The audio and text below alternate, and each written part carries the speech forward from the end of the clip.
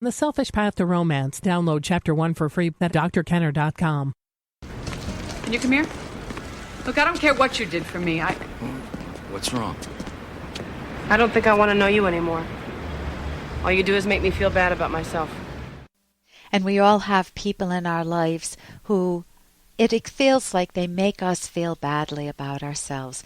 But is that the case? Or if we really feel good about ourselves and someone makes a comment, like if someone came up to me and said, let's see, Ellen, you're the worst dancer I ever saw. I would look and I'd say, well, I'm not the greatest by far, but I'm certainly not the worst. And the criticism wouldn't fit. And so I would still feel good about myself, but I would be real puzzled about them. Like, why are they saying this? I would want to know their motives. Are they saying this because they just caught me in a moment when I tripped up? Are they saying this because they think it's funny, but they didn't have a joking tone? Why are they saying this? Are they saying this because they want to put me down, which would not be a great motive and would make me feel more distant from them? So we all go through a process of evaluation. When someone says something badly about us, we need to put it into context. Is it true or not? Sometimes we get really angry with people who name a truth about us. Mom, I don't like it when I feel picked on all the time. I'm not picking on you. Why are you saying I'm picking on you? You're always complaining, and just go do the dishes. Get them done and go clean your room. Mom, I'm feeling picked on. I'm not doing it. That mom needs to take a look at herself. She is picking on the person, and she needs to figure out what's going on, and sometimes we reject that sort of criticism when the shoe fits too well, and that's the stuff we do need to take a look at, maybe in private. Maybe we're not ready at that moment and we say things we regret.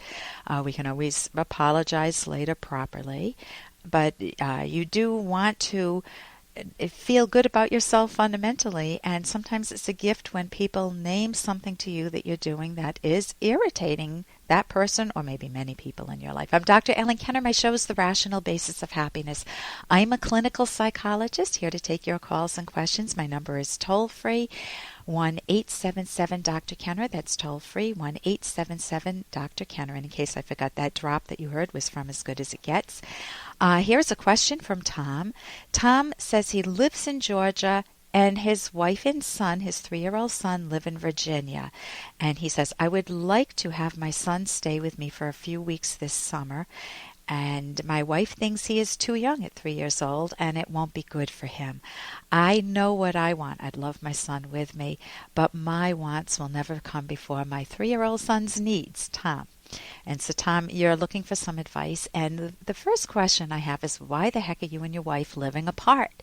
Are you guys living apart out of financial necessity? Maybe your job, neither of you want to give up a career, and your job is in Georgia and your wife's is in Virginia, and you're trying to eventually meld, find a solution to that, because it doesn't make sense to be married and living away from each other unless there's an extenuating circumstance like having major careers that just don't mesh. But you've got a kid now, so you want to try to figure out how to mesh your lives together eventually. As for now, you may be in the military too, but I don't know how you would have your son with you if that's the case. But as for now, you want to explore alternatives. I think your needs are important. If you're saying, well, I'll put my son's needs first, you're going to get resentful towards your wife and feel cut out of your life with your son and your family or your wife. So that's not good either.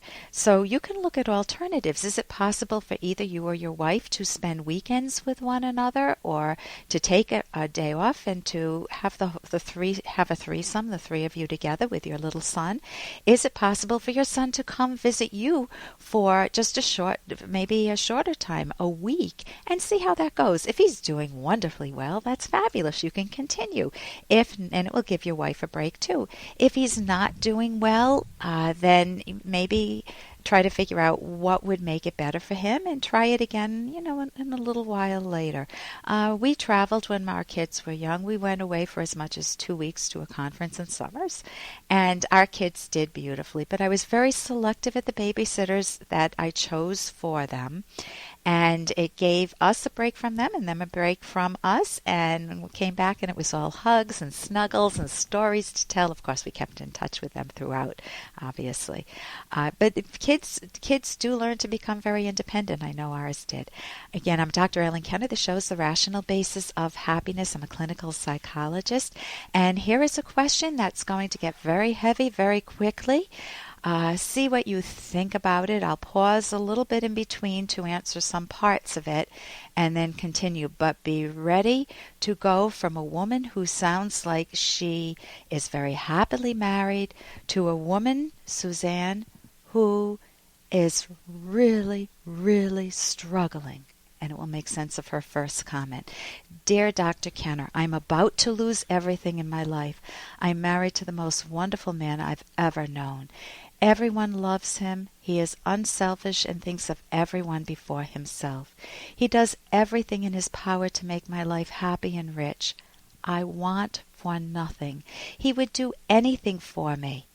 I want to pause right there.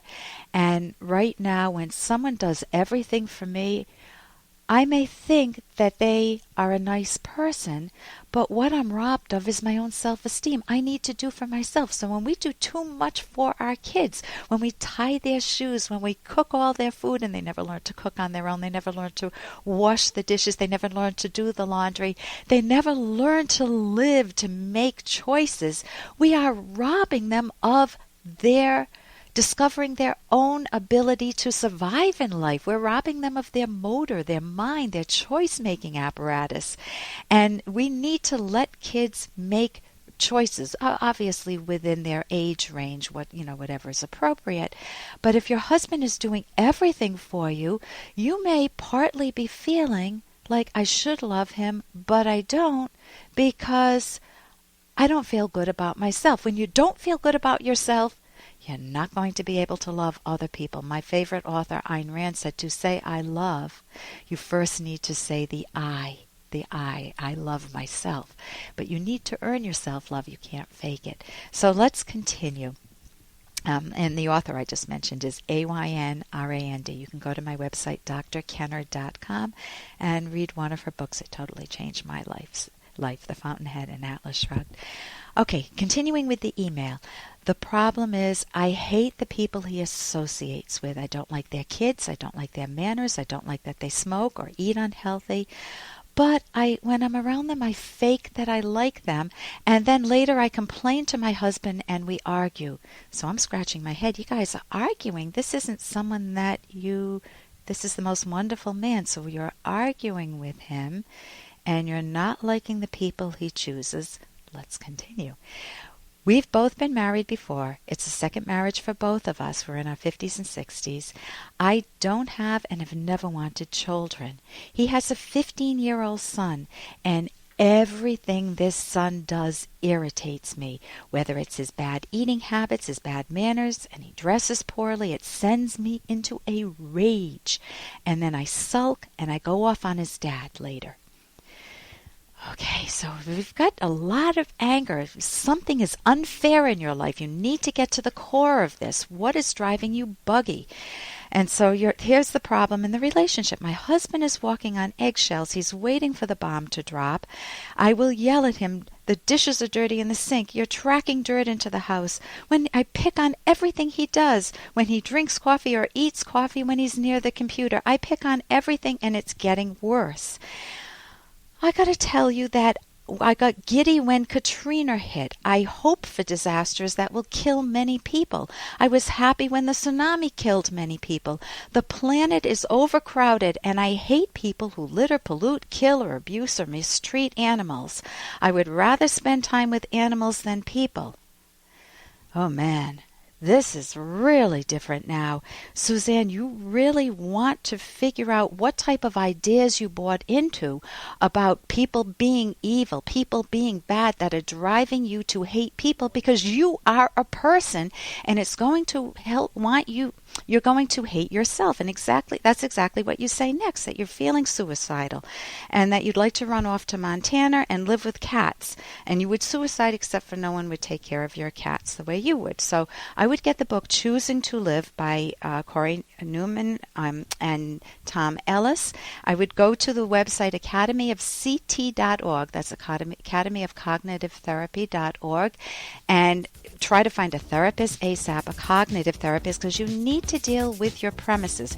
Later on in the letter, you say that you were abused when you were 4 years old by a teenager. Well, I'm not surprised that you're real angry with this teenager now, but you don't want to carry your hatred towards really good people in life, and you want to discover that there are good people and make yourself into one.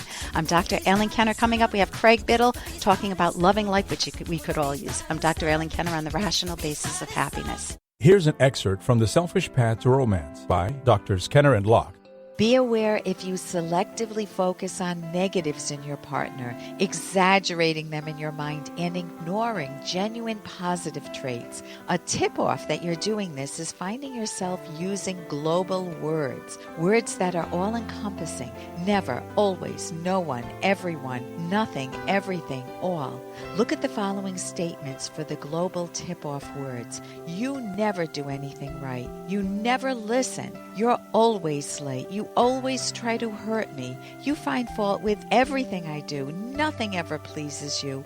I'm always left doing all the work. These statements are usually overgeneralizations. It's rarely true that your partner never does anything right and always tries to hurt you. If this is really the case, you are clearly with the wrong partner. Download Chapter 1 for free at drkenner.com and buy it at amazon.com.